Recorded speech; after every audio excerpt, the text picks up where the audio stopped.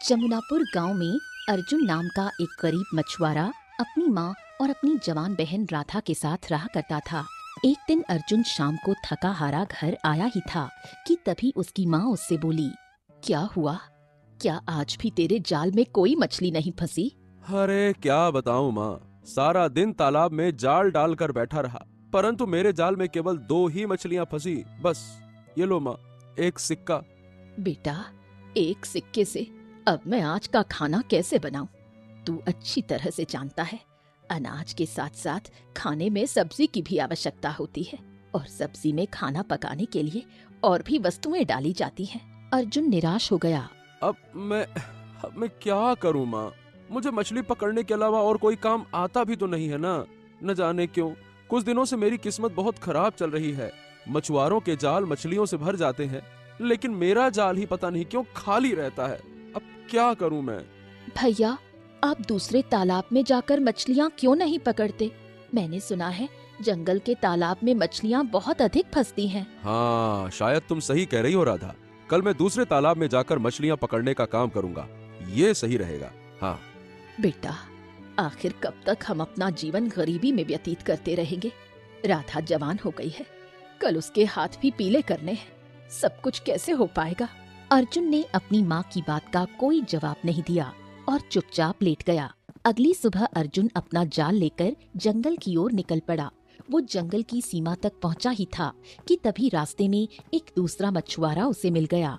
मछली जाल में फंसी तो बड़ा मजा अरे क्या बात है भैया अर्जुन, कहाँ कहाँ ये तुम जाल वाल लेकर ये जंगल की तरफ काहे जा रहे हो भैया? ओ, लगता है जंगल के तालाब से मछलियां पकड़ना चाह रहे हो। लेकिन एक बात बता दूं, जब समय खराब होता है तो फिर सबई कुछ खराब होता है। जंगल का तालाब तो बहुत दूर की बात है। अरे मैं तो कहता हूँ कि तुम समंदर में भी जाल डाल दोगे, तुम्हारे जाल में मछलियां नहीं फंसने वाली। अरे किस्मत खराब, समय खराब तो सब खराब। इतना कहकर दूसरा मछुआरा अर्जुन का मजाक उड़ाता हुआ वहाँ से चला गया। अर्जुन जंगल के तालाब में गया और अपना जाल फैलाकर बैठ गया। अर्जुन शाम तक बैठा रहा। शाम को उसके जाल में केवल 2 मछलियाँ फंसी। हाँ, वो मछुआरा सही कह रहा था। जब समय खराब होता है तो सभी काम खराब होते हैं। अब इन मछलियों का क्या करूं? इन्हें बेचकर पेट भरने से अच्छा है कि आज माँ से कहूंगा कि मछली वो खुद ही खाकर पेट भर ले। इतना कहकर अर्जुन वापस आने लगा। रास्ते में फिर वही दूसरा मछुआरा मिल गया। हैं? ई का है? हे अर्जुन, मैं तो समझ रहा था कि तुम जब जंगल के तालाब से लौटोगे तो तुम्हारा जाल तो पूरा मछलियों से लबालब भरा होगा। ए ससुरा, तुम्हारे जाल में तो केवल 2 ही ठो मछली फंसी है। इतनी ही मछलियां तो तुम्हारे जाल में गांव के तालाब में फंस जाती थी। फिर जंगल जाकर इतना थकने की क्या आवश्यकता थी? मेरी बात मान क्यों नहीं लेते? समय खराब, किस्मत खराब तो सब काम खराब। इतना कहकर दूसरा मछुआरा वहाँ से चला गया। अर्जुन निराश होकर घर लौटा और 2 मछलियाँ अपनी माँ और बहन के सामने रख दी। भैया, केवल 2 मछलियाँ, इससे क्या होगा? हाँ, अब जो है यही है राधा, इसे ही पका कर खा लो, कम से कम पेट तो भरे। अब मैं क्या करूं राधा? तुम्हारे कहने पर जंगल के तालाब में गया था, परंतु वहां भी केवल 2 ही मछलियां तो फंसी। क्या हुआ? कुछ नहीं फंसा। अब तो मुझे दूसरे मछुआरों की बात पर विश्वास होने लगा है। जो मेरा मजाक उड़ाते हैं वो बिल्कुल सही कहते हैं। मेरा भाग्य इस समय मेरा साथ नहीं दे रहा। बड़ी बेकार किस्मत है मेरी। अर्जुन की बात सुनकर उसकी माँ और बहन की आंखों में आंसू आ गए। अगली सुबह अर्जुन फिर से अपना जाल लेकर गांव के तालाब में चला गया। वो सुबह से लेकर शाम तक बैठा रहा, परंतु उसके जाल में एक भी मछली नहीं फंसी। क्यों भैया, आज पूरी तरह से ठन ठन गोपाल। अरे पहले तो तेरे जाल में 1 या 2 मछली फंस भी जाती थी गलती से, आज तो तेरा जाल पूरा ही खाली है। किस्मत लगता है बहुत ही खराब है। अर्जुन निराश हो गया और चुपचाप अपने घर चला आया। अर्जुन को खाली हाथ देखकर उसकी माँ चौंक गई। क्या हुआ? माँ, आज मेरे जाल में एक भी मछली नहीं फंसी माँ, एक भी नहीं। मैं और तेरी बहन सुबह से भूखे हैं, तेरा ही इंतजार कर रहे थे। अर्जुन की आंखों में आंसू आ गए। अर्जुन को रोता देख उसकी माँ भी रोने लगी। चिंता मत कर बेटे, हिम्मत मत हार। तू एक काम क्यों नहीं करता? हमारे राज्य का राजा सूरज बहुत दयालु है, तू जाकर उससे सहायता क्यों नहीं मांगता? एक ना एक दिन तो तुझे उससे सहायता मांगने जाना ही है, क्योंकि हमें राधा की शादी भी करनी है। अगले दिन अर्जुन अपनी माँ की कही हुई बात के अनुसार सीधे अपने राज्य के राजमहल में चला गया। कुछ देर बाद अर्जुन राज दरबार में खड़ा था। राजा सूरज गहरी सोच में डूबा हुआ था। महाराज की जय हो। महाराज, मैं जमुना नगर गांव का रहने वाला हूँ। मैं एक बहुत ही गरीब मछुआरा हूँ। कुछ दिनों से मेरा भाग्य मेरा साथ नहीं दे रहा। मेरे जाल में मछलियाँ बिल्कुल नहीं फंस रही। मेरा परिवार भूखा है और मेरी बहन भी जवान हो चुकी है। मुझे उसकी शादी भी करनी है। मैंने सुना है कि आप प्रजा के प्रति बहुत ही दयालु हैं। मेरी सहायता कीजिए महाराज, मेरी सहायता कीजिए, मदद कीजिए। राजा सूरज ने गहरी नजर से अर्जुन को देखा और अचानक अपने सिंहासन से उठकर खड़ा हुआ। अरे तो मैं क्या करूं? क्या अब मेरे इतने बुरे दिन आ गए हैं कि मैं गरीब मछुआरों की सहायता करूं? अगर तेरा भाग्य तेरा साथ नहीं दे रहा तो इसमें मैं क्या कर सकता हूँ? बेवकूफ कहीं के चले आते हैं राज दरबार में हमारा समय नष्ट करने। चलो जाओ यहाँ से, हम तुम्हारी सहायता नहीं कर सकते। चलो भागो, सैनिकों निकालो इसको बाहर। ये सुनकर दरबारी आश्चर्य से राजा सूरज की ओर देखने लगे। एक दरबारी उठकर राजा से बोला, महाराज ये क्या? हमारे महल का तो नियम रहा है कि कोई भी खाली हाथ नहीं जाता। मैंने कभी आपको इस तरह से किसी गरीब को अपमानित करते हुए तो नहीं देखा। ये सुनकर राजा सूरज और क्रोधित हो गया। बकवास बंद करो। अगर तुम्हें इतना बुरा लग रहा है तो तुम इसकी मदद करो। दरबारी चुपचाप वापस बैठ गया। राजा सूरज ने अर्जुन से कहा, अब खड़े खड़े देख क्या रहे हो बेवकूफ? चले जाओ यहाँ से। और आज के बाद हम ऐलान करते हैं कि हमारे महल में कोई भी गरीब प्रवेश नहीं करेगा। सैनिकों, इस बात का खास ख्याल रखो। राजा सूरज ने अर्जुन को अपमानित करके बाहर निकाल दिया। अर्जुन आंखों में आंसू लिए हुए अपने घर वापस आ गया। अर्जुन ने जो कुछ देखा उसे अपनी माँ को सुनाया। उसकी माँ आश्चर्य से बोली, परंतु राजा सूरज तो बहुत ही दयालु राजा था। मेरी समझ में नहीं आ रहा कि उसने तुम्हारी मदद क्यों नहीं की और उल्टा तुम्हें अपमानित करके बाहर क्यों निकाल दिया। अर्जुन की आंखों में आंसू आ गए। वो बोला, माँ, अब किसी का भाग्य साथ नहीं देता तो फिर कोई राजा भी साथ नहीं देता है क्या? क्या करूं माँ, क्या करूं? राधा अर्जुन के पास गई और उसे साहस दिया। भैया, आप हिम्मत मत हारो, देखना एक ना एक दिन भाग्य जरूर बदलेगा। हाँ राधा, बस तेरी इन्हीं बातों से मुझे हिम्मत मिलती है। सही कहती है तू, एक दिन भाग्य जरूर बदलेगा, जरूर बदलेगा। हर रात के बाद सवेरा जरूर होता है। सही कहा तूने। अगले दिन अर्जुन गांव के तालाब में मछलियां पकड़ने गया। वहाँ कुछ मछुआरे पहले से बैठे थे। एक मछुआरा अर्जुन से बोला, ए भैया अर्जुन, मैंने तो सुना है कि तुम राजा सूरज के पास सहायता मांगने गए थे, परंतु राजा सूरज ने तुम्हें अपमानित कर दिया, भगा दिया वहाँ से, हैं? ए भैया, हमने तो कभी ना ऐसा सुना कि हमारे महाराज ने किसी गरीब को ऐसे बुरी तरह से अपमानित किया हो। क्या सुना क्या किसी ने? मैंने तो ना सुना। मैं बताऊं इसमें सारा दोष किसका है? अरे ये अर्जुन के भाग्य का है। जब इसकी किस्मत ही साथ नहीं दे रही तो महाराज इसकी मदद करके काहे को इसकी फूटी किस्मत का दोष अपने माथे ले ले, है? नहीं तो क्या? ए भैया, इतनी खराब किस्मत वाला तो मैंने किसी को ना देखा। अब तो राजा ने भी अपने महल में गरीबों के प्रवेश पर रोक लगा दी। और किसकी वजह से हुआ ये अर्जुन की वजह से। इसने महल में कदम रखा और सब गरीबों के रास्ते बंद कर दिए। और नहीं तो क्या? ए भैया अर्जुन, मैं तुम्हारे हाथ जोड़ता हूँ, अब तुम इस तालाब में मत आया करो। तुम जंगल में ही मछली पकड़ने जाया करो। अरे भैया, मुझे डर है कि कहीं तुम्हारे खराब किस्मत की छाया यहाँ तालाब में न पड़ जाए, नहीं तो हमको भी लेने के देने पड़ जाएंगे। नहीं तो। उन दोनों मछुआरों की बातों से अर्जुन बहुत टूट गया। आंखों में आंसू लिए वो वहाँ से जंगल के तालाब की ओर चल दिया और अपना जाल तालाब में डाल दिया। अर्जुन सुबह से शाम तक अपना जाल तालाब में डाले रहा, परंतु थक हार कर भी उसके जाल में एक भी मछली नहीं फंसी। अर्जुन घबराकर बोला, हाँ, हे भगवान, आज तो मेरे जाल में एक भी मछली नहीं फंसी। मेरा परिवार कब से भूखा है, खाली हाथ लौटूंगा तो सब खत्म हो जाएगा, क्या करूं? तभी अर्जुन का जाल भारी हुआ और उसने जाल खींचा। जाल में एक सोने की मछली फंसी हुई थी। अर्जुन सोने की मछली को देखकर चौंक पड़ा और बोला, हाँ, हाँ, अरे लगता है भगवान ने मेरी मदद कर दी। खींचता हूँ इसको। हाँ, अब इस मछली को बाजार में बेच दूंगा, मुझे अच्छी कीमत मिल जाएगी।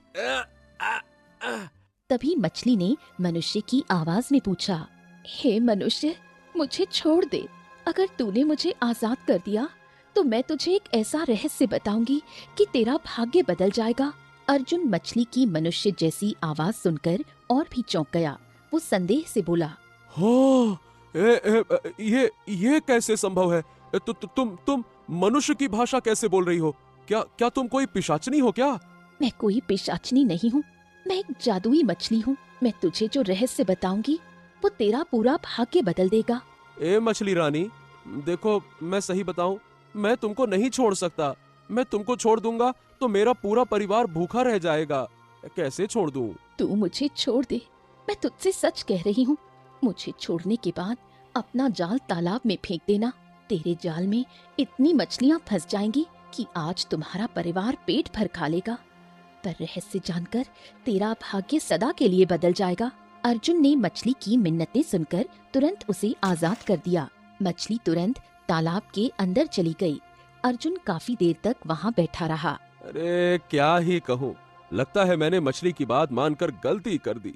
हाँ। तभी मछली फिर से तालाब से बाहर आई और बोली, अब मेरी बात ध्यान से सुन मनुष्य। जंगल की गहराई में जा। जंगल की गहराई में एक खंडहर है। उस खंडहर में एक जादूगर रहता है जिसने एक मैना पक्षी को कैद कर रखा है। तू जादूगर के चंगुल से उसे आजाद करा दे, तेरा भाग्य बदल जाएगा। अर्जुन चौंक गया। हैं? मैं जादूगर के चंगुल से मैना पक्षी को आजाद करके कैसे अपना भाग्य बदल लूंगा? मुझे तो कुछ समझ ही नहीं आया। जब तू उसे आजाद कराएगा तो तू स्वयं जान जाएगा। पर याद रखना, वो जादूगर बहुत ही चतुर और खतरनाक है, इसलिए उसका सामना बहुत मुश्किल होगा। इतना कहकर मछली फिर से तालाब में चली गई। अर्जुन ने फिर अपना जाल डाला और उसने 2 मछलियां पकड़ी। अर्जुन उन 2 मछलियों को देखकर बोला, हाँ, चलो, कम से कम आज हमारे परिवार को भूखा तो नहीं रहना पड़ेगा। आज मछली भून कर ही खा लेंगे। हाँ। अर्जुन मछलियों को लेकर अपने घर गया और सारी घटना अपनी माँ को सुनाई। तो माँ, मैं कल जंगल की गहराई में जाकर खंडहर जरूर तलाश करूंगा। बेटा, एक बार और सोच ले, क्या जादुई मछली पर विश्वास करना सही होगा? अब क्या सोचना क्या विचारना माँ, मेरे पास इसके अलावा और कोई विकल्प तो है नहीं। हो सकता है कि वाकई में इसमें कोई बड़ा रहस्य छुपा हो सकता है कि हमारी फूटी किस्मत अच्छी हो जाए। अगले दिन अर्जुन जंगल की गहराई में गया। वो काफी देर तक पैदल चला और जंगल का दृश्य थोड़ा डरावना सा लगने लगा। बहुत दूर चलने के बाद अर्जुन के कानों में एक आवाज टकराई। कौन हो तुम और इस जंगल की गहराई में क्यों चले जा रहे हो? क्या तुम नहीं जानते कि जंगल बहुत खतरनाक है? अर्जुन पलटा और देखा कि एक साधु वहाँ खड़ा था। अर्जुन साधु के पास गया और अपनी बात बताई। प्रणाम साधु महाराज। साधु महाराज, मैं जंगल में एक खंडहर तलाश रहा हूँ। मुझे मछली ने बताया कि वहाँ एक जादूगर है जो मैना पक्षी को कैद किए हुए है। अगर मैं उसे आजाद कर दूं तो मेरा भाग्य बदल जाएगा।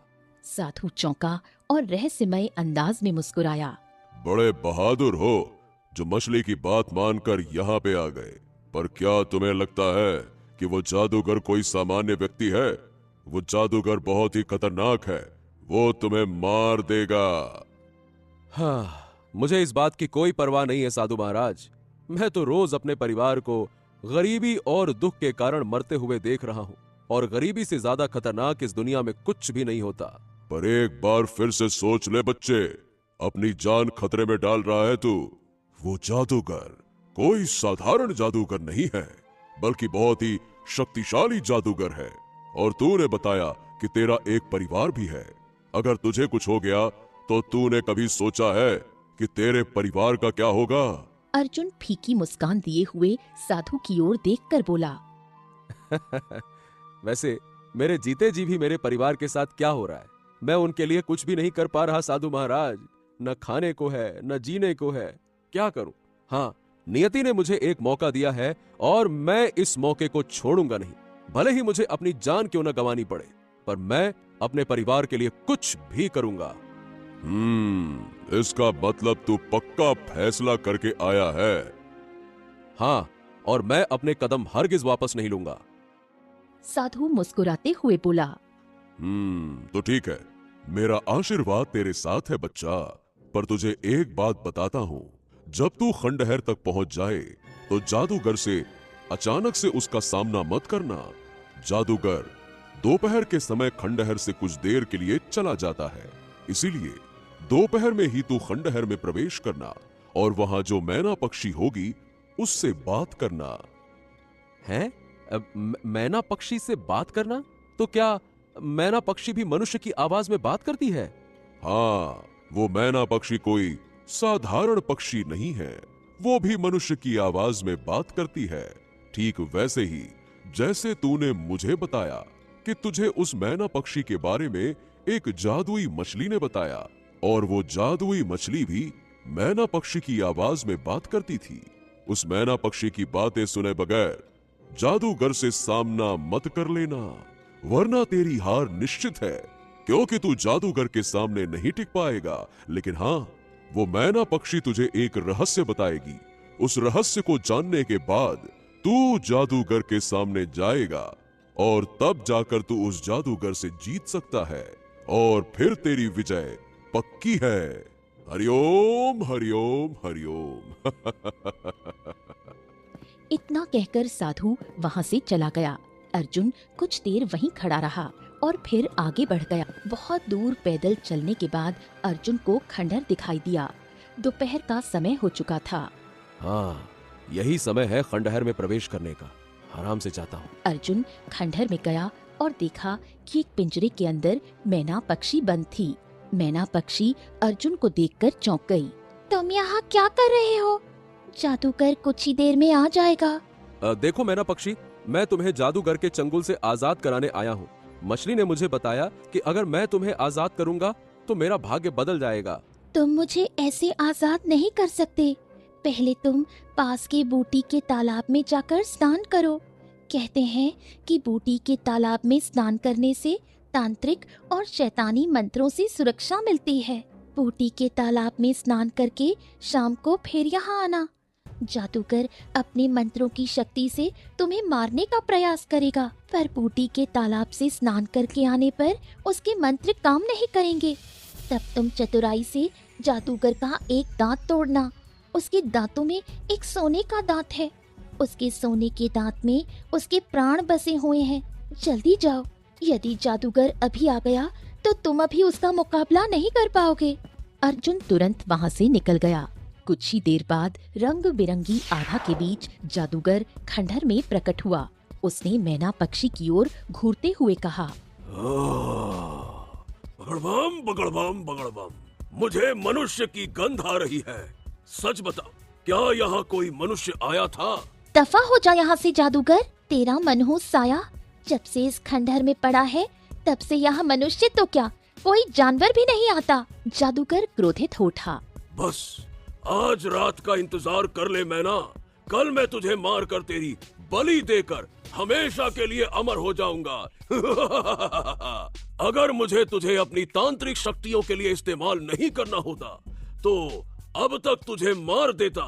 तेरी बकवास अब और नहीं सुन सकता मैं। मैना पक्षी चुपचाप अपना मुंह फेर लेती है। उधर दूसरी ओर अर्जुन ढूंढते ढूंढते एक तालाब के किनारे पहुंचा। हाँ, क्या यही बूटी का तालाब है जिसके बारे में मैना ने बताया था? हाँ, मैं जड़ी बूटियों का तालाब हूँ। लेकिन सुन ले, अगर तूने स्नान किसी बुरी नियत से किया तो जलकर राख हो जाएगा, और अगर नेक काम के लिए स्नान करेगा तो तुझे कोई नुकसान नहीं होगा, क्योंकि मैं एक जादुई तालाब हूँ। अर्जुन ने बिना देर किए तालाब में स्नान किया। बाहर निकलते ही उसके पूरे शरीर पर रंग बिरंगी आभा चमकने लगी।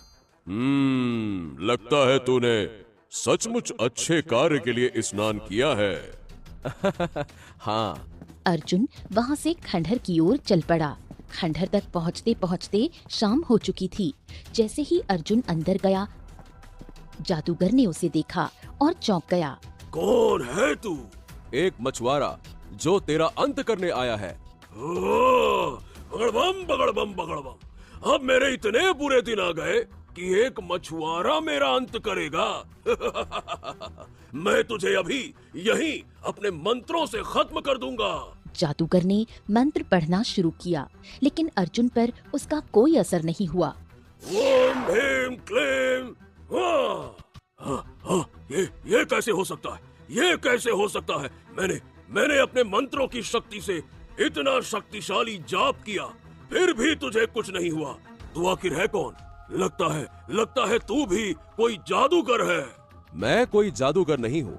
मैं बूटी के तालाब में स्नान करके आया हूँ, इसीलिए तेरे मंत्र अब मुझ पर असर नहीं करेंगे। जादूगर ठहाका लगाकर हंसा। तो ठीक है, बूटी के तालाब का असर तो कुछ समय तक ही रहेगा, उसके बाद तेरा होगा बगड़बम बगड़बम बगड़बम। अर्जुन ने मौका देखकर तेजी से जादूगर के मुंह पर एक जोरदार मुक्का मारा। जादूगर संभल भी न पाया और उसका सोने का दांत टूटकर बाहर गिर पड़ा। अगले ही पल उसके शरीर में आग भड़क उठी। अरे आखिर मेरे अंत का रहस्य तुझे किसने बताया? यही मैना पक्षी ने, उसी ने मुझे जड़ी बूटी के तालाब के बारे में बताया। अरे मेरी सबसे बड़ी गलती यही थी कि मैंने इसे जिंदा रखा। काश मैं लालच में ना आता।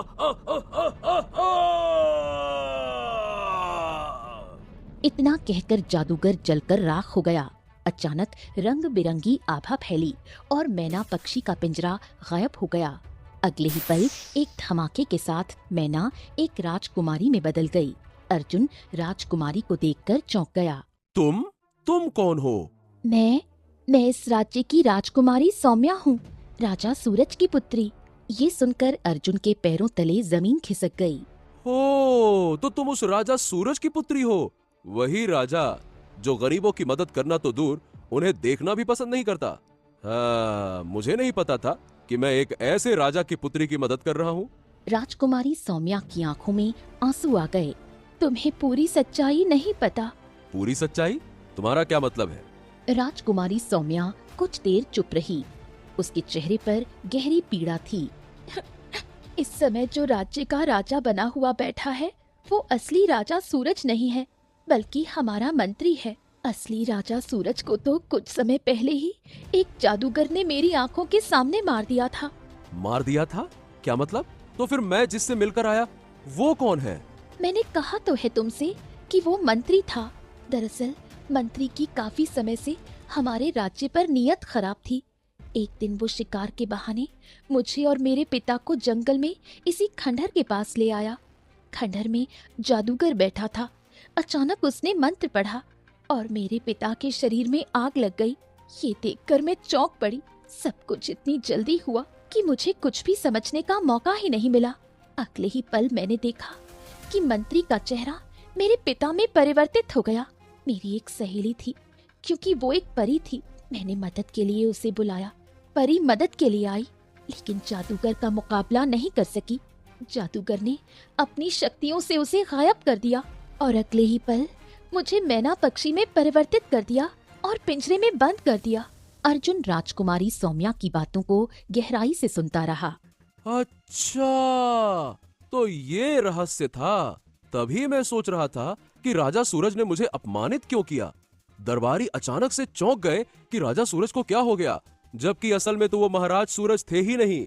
दरबारियों को क्या पता कि महल में राजा सूरज नहीं बल्कि मंत्री बैठा था जो राजा सूरज का रूप धारण किए हुए था।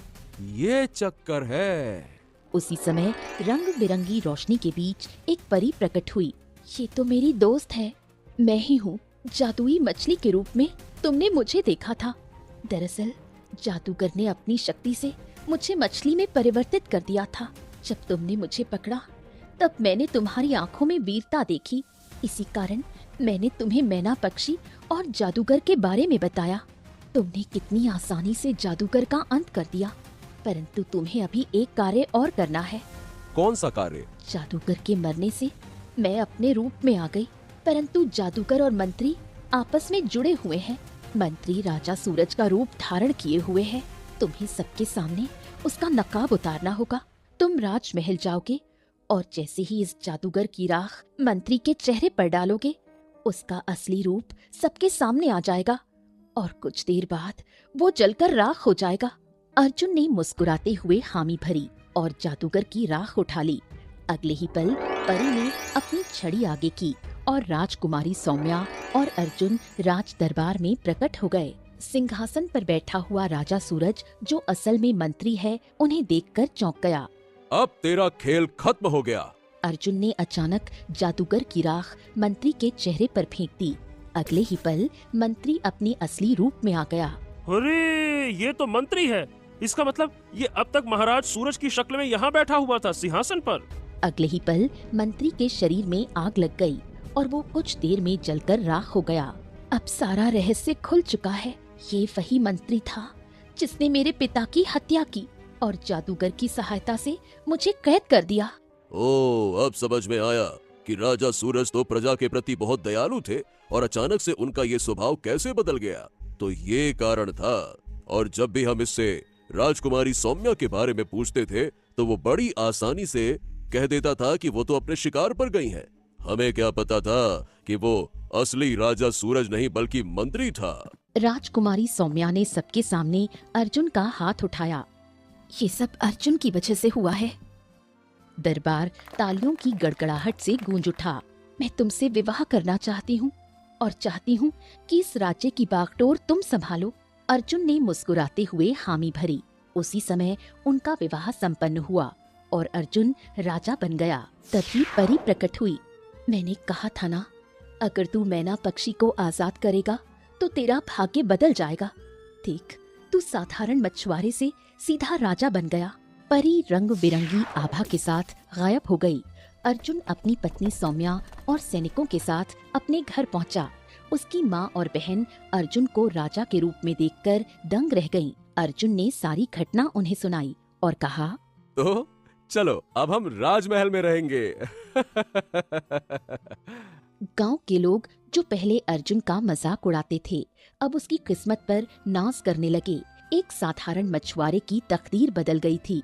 जिसे लोग कभी तिरस्कृत समझते थे, वही आज महान राजा बन